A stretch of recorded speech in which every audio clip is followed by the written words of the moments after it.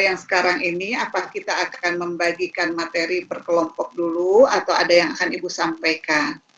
Mangga kalau ada yang Ibu sampaikan dulu, silahkan Ibu.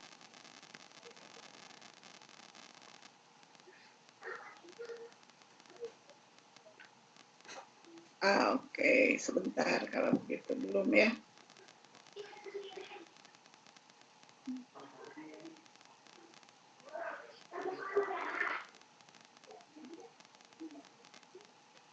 Ya.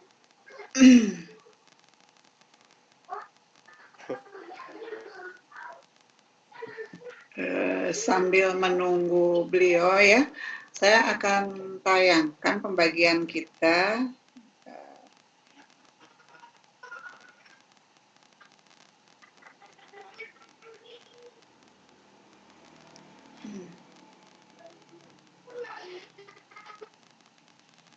Mana ya?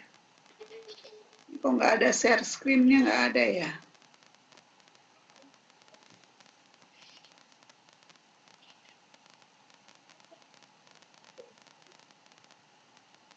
Di layar Anda ada share screen-nya nggak? Di saya kok nggak ada ini? Ada Bu. Ada? Ada Bu. Kemana ini?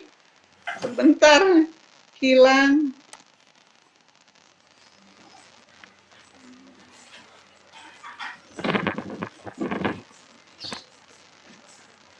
Sebentar. Cancel.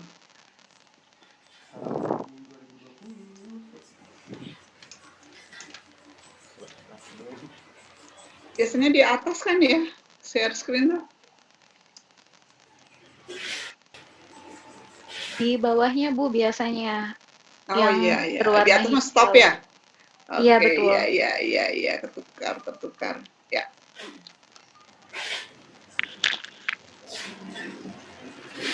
Sudah tampakkah? Sudah Bu. Iya.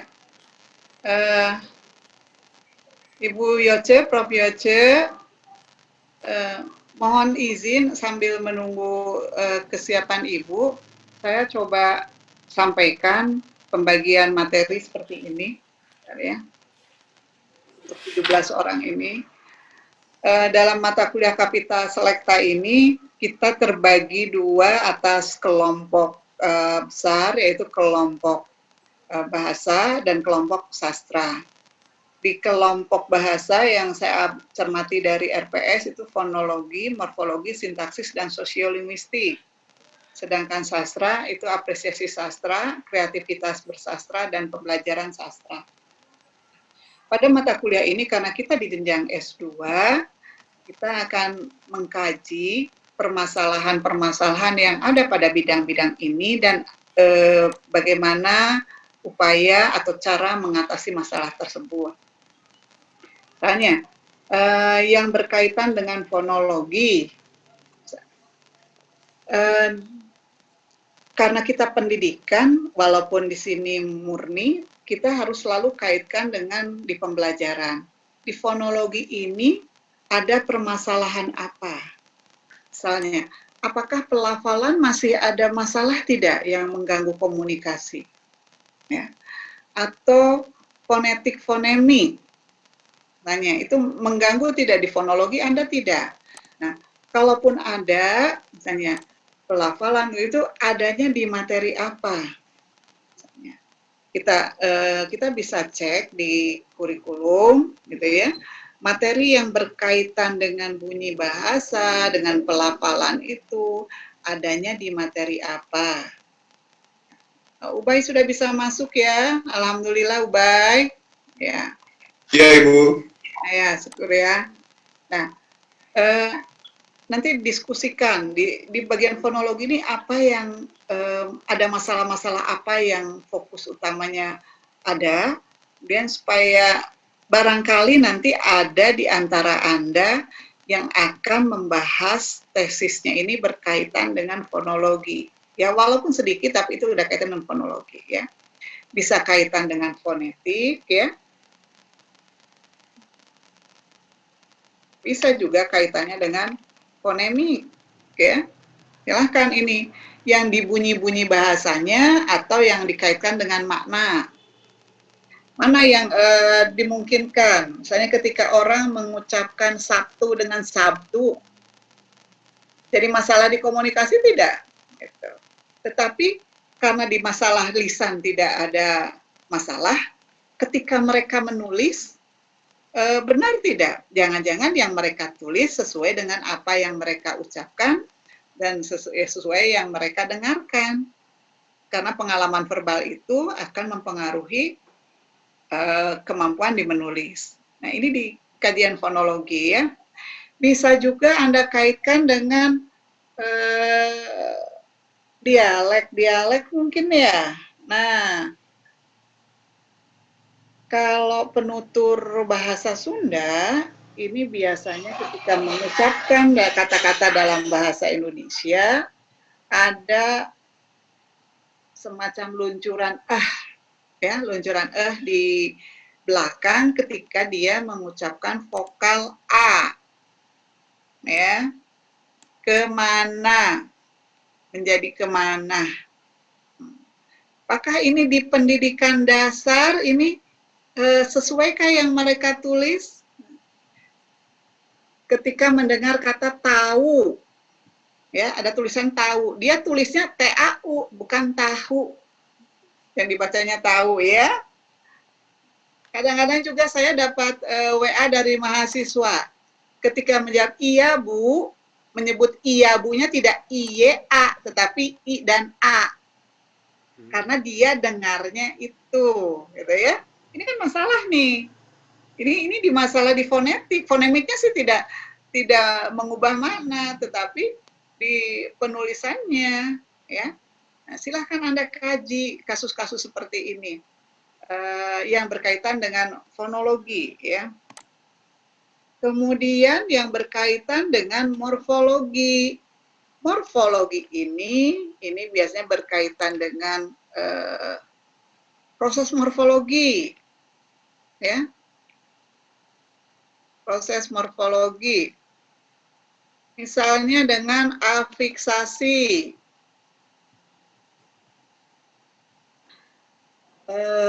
Apakah masih terdapat kesulitan siswa-siswa kita membuat kata dengan afiks, pengafikan ya, atau mereka belum bisa membedakan antara afiks dengan kata depan.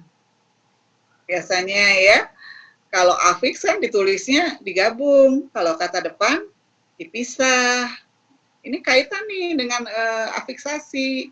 Ketika menyebutkan kata di depan, menuliskan di depan, masih digabung atau sudah dipisah? Saya, sebentar. Kemudian apa lagi ya yang membedakan itu? Kemudian afiksasi ini kan tidak hanya di kata kompleks yang bentuk dasarnya tunggal, silahkan yang bentuk dasarnya majemuk, misalnya menulis mempertanggungjawabkan, misalnya disatukan, dipisah, ya, berkaitan dengan ini, kaitan dengan afiksasi ya. Kemudian kaitan dengan reduplikasi.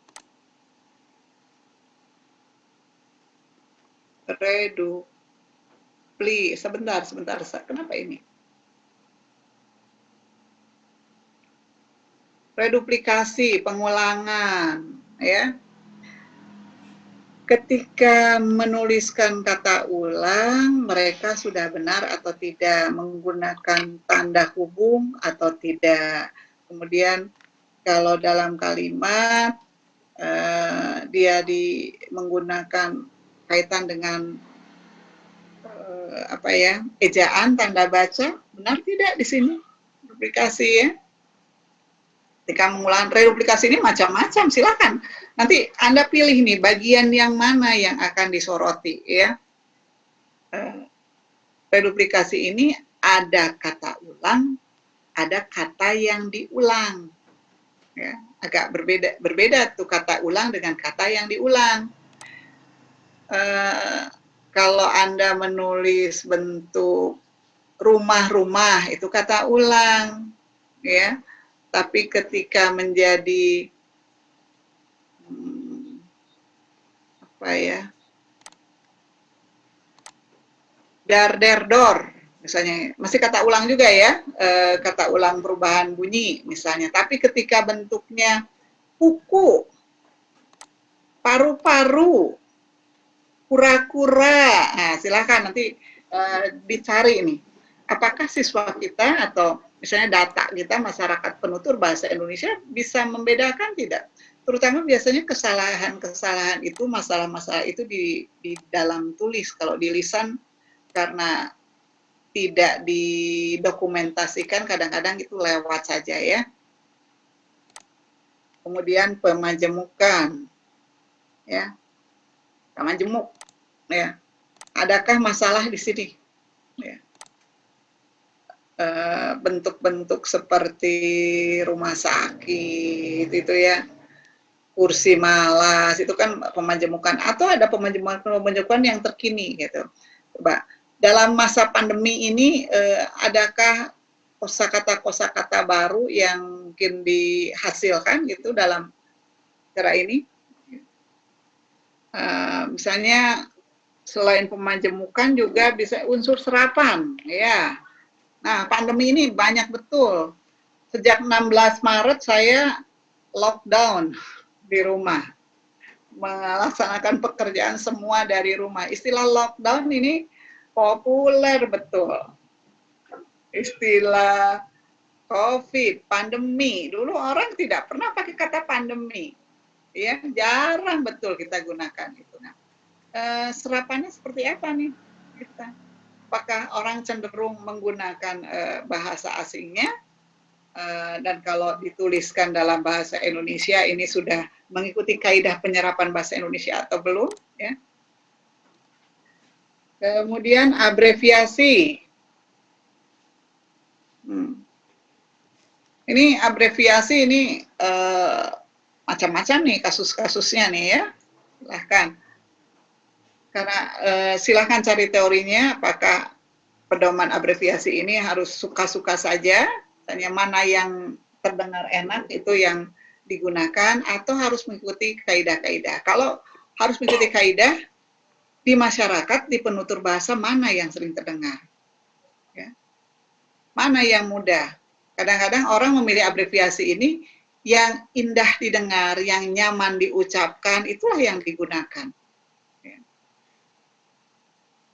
Abreviasi ini bisa singkatan, bisa akronim, bisa pemenggalan, bisa pemendekan, bisa nama-nama apa ya, seperti kalau sentimeter, cm, saya mengucapkannya sentimeter, bukan centimeter, padahal ditulisnya cm, seharusnya saya ucapkan centimeter ya. Silakan Anda cari ini di bagian-bagian seperti ini.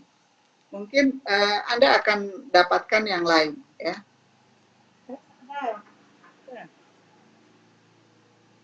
Berikutnya sintaksis. Ini berkaitan dengan frasa, klausa, dan kalimat.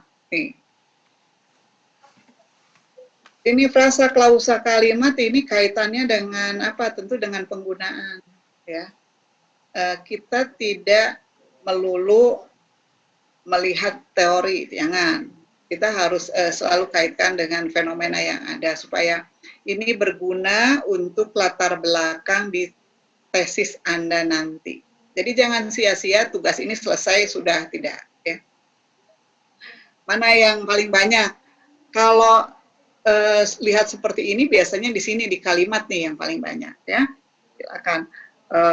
Ada mungkin kalimat yang tidak ada subjeknya. Dan kalau kalimat nanti ada hubungan dengan konjungsi. Konjungsi itu apakah bisa diletakkan di awal atau di tengah, konjungsi antar kalimat, konjungsi antar klausa. Silakan, mereka banyak kesalahannya di mana sini ya. Ini kan kita mencari permasalahan dan bagaimana upaya mengatasinya ya. Kemudian berikutnya sosiolinguistik, ini berkaitan dengan penggunaan masalah penggunaan bahasa ya, penggunaan bahasa, kemudian ada ragam bahasa. Mungkin nanti kalau ada ragam pasti ada variasi bahasanya.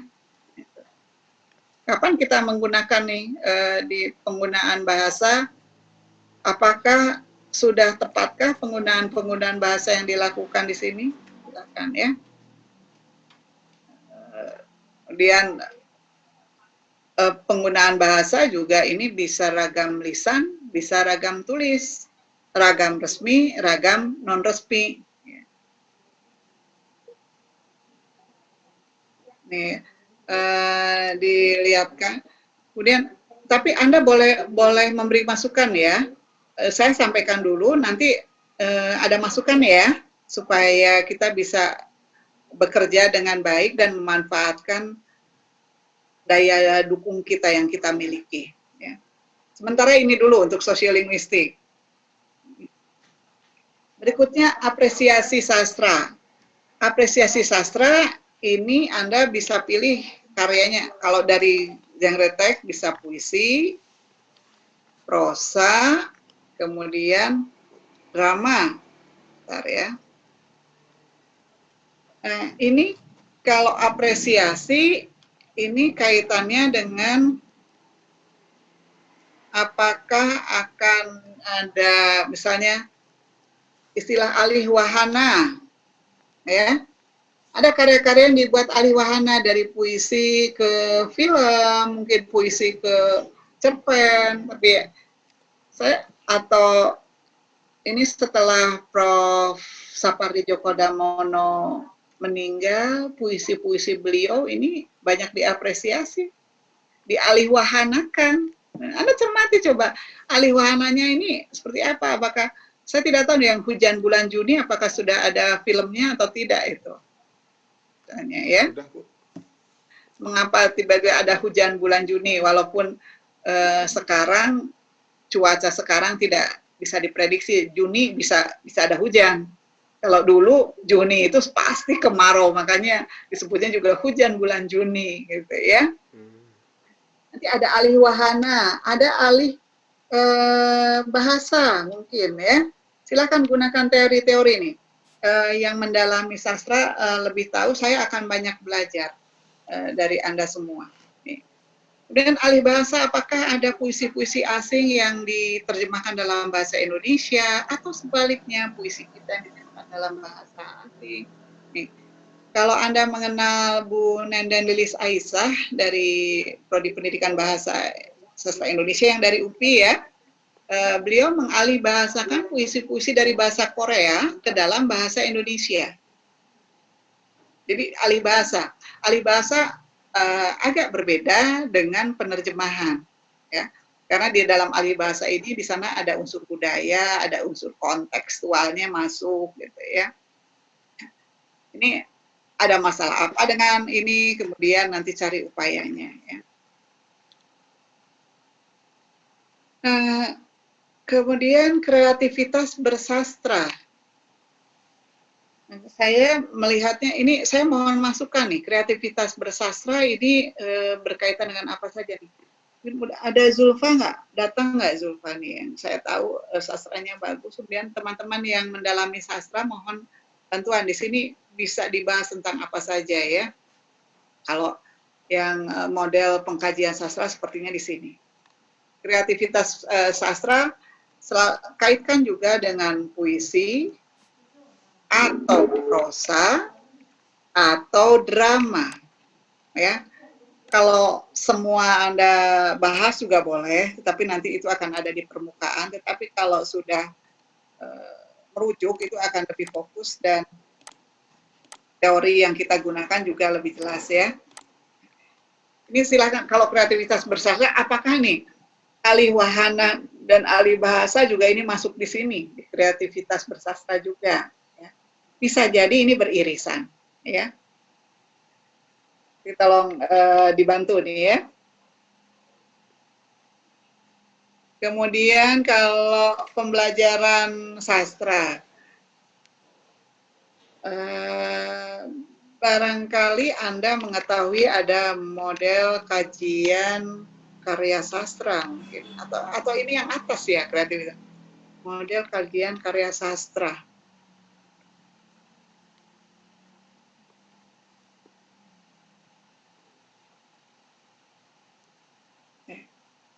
Nah, sementara masukan dari saya yang berkaitan dengan RPS ada 7 di materi besar ini. Ya. Silahkan, saya mohon tanggapan dari Anda, mana yang akan digunakan, tapi yang 7 ini tetap ya, penjelasannya saja yang nanti difokuskan. Kalau ada yang kurang tepat, silahkan, terutama yang kreativitas bersastra dengan pembelajaran sastra, mungkin ini agak, saya belum yakin benar nih ya. Jangan model kajian sastra ini masuknya di atas gitu. Silahkan, saya mohon tanggapan ya, supaya perkuliahan kita nanti ini menghasilkan karya, menghasilkan artikel, karena di perkuliahan ini kita tidak menggunakan penilaian dengan tes ya, tetapi menggunakan penilaian produk. Hasil perkuliahan kita ini nanti hasilnya adalah artikel. Silahkan kalau ada masukan. Anissa ada masukan? Atau Rani? Atau Pak Andri?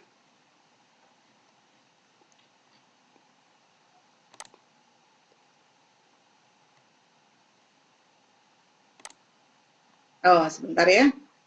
Prof. Yoce mengirim ke email saya.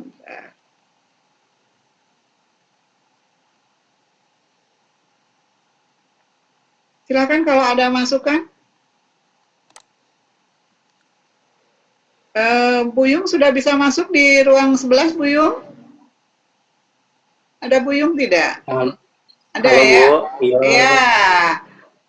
Maaf, Bu, ini jaringannya tidak stabil, jadi sering keluar masuk. Tidak apa-apa, tidak apa-apa. Tapi Buyung bisa melihat tayangan yang saya tampilkan? Bisa, Bu, bisa. Hanya suaranya saja, Bu. Kurang ini mungkin. Iya. Kalau ada materi sebanyak ini ya, 7 ini. Sementara kita kan ber-17. Ya. Ini 7. Oh, satu lagi mana nih yang kurang?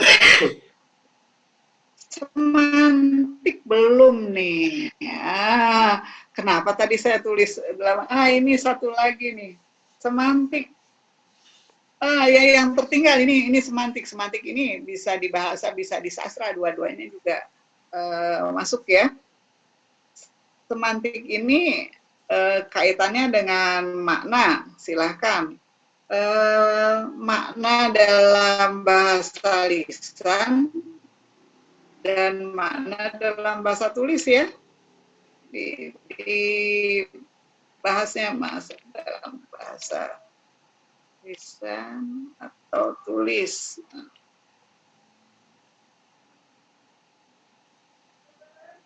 Ya, nanti silakan kaitkan dengan teori-teori makna yang ada dalam semantik, kemudian berbagai jenis makna. Apakah para penutur bahasa sekarang ini memahami tidak dengan makna-makna dalam yang terkandung dalam tulisan atau dalam ungkapan tadi. Satu lagi nih, kalau dari 8 ini saya mohon tanggapan Anda. Kita ber-17, membaginya bagaimana? Jadi ada yang 2, ada yang 3. Ya. Iya, Bu, bisa begitu, Bu. Nah, begitu ya. Besarnya ini ya, karena saya melihat dari menganalisis dari RPS Prof. Yoce, ini yang dibahas. Nah, penjelasan ini kreativitas Anda, termasuk juga mana fokus masalah atau mana yang bermasalah, mana yang jadi masalah, gitu ya, sehingga kita bisa mencari upaya bagaimana mengatasi masalah tersebut. Nanti tolong dibantu, dibagi ya, tolong dibagi siapa mendapat apa, dan mudah-mudahan ada kaitan dengan calon tesis Anda, mudah-mudahan. Kalau tidak, berkaitan dengan materi-materi ini. Bentar, izinkan saya membuka email dari Prof. Yose. Beliau akan menyampaikan materi pada hari ini. Bentar ya. Baik, Bu. Baik, Bu.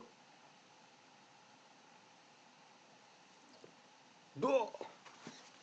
Kalau tidak ada yang jawab itu serasa jadi radio. Iya nih, bicara sendiri gitu. Nah, sebentar.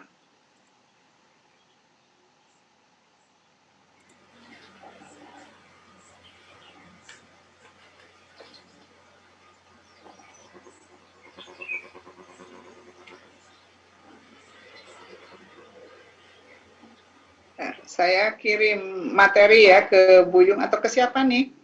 Yang bisa membuka tayangan siapa nih? Oh. Astri, Bu. Astri, Bu, mungkin, Bu. Saya kirim ke grup saja ya. Oh iya, Bu, Ya. iya. Nah, Kita, ke Bu. grup. Kita kan punya grup. Sebentar. Jadi semua bisa ya. Sebentar.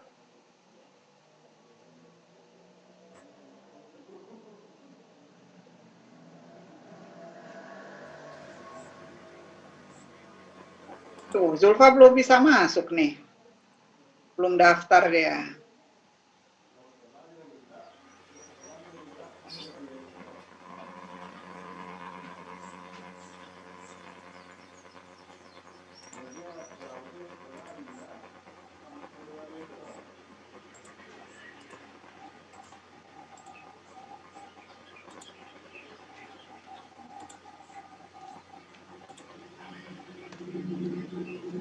Saya sudah kirimkan di grup 2 tayangan dari Prof. Yoce. Siapa yang bisa bantu menaikkan? Ini saya kirimkan saja nanti ya via email atau via ke grup ya, supaya tidak harus ditulis ya. Iya, Bu. Iya. Ibu Prof. Yoce, punten, sudah bisa bergabung Ibu?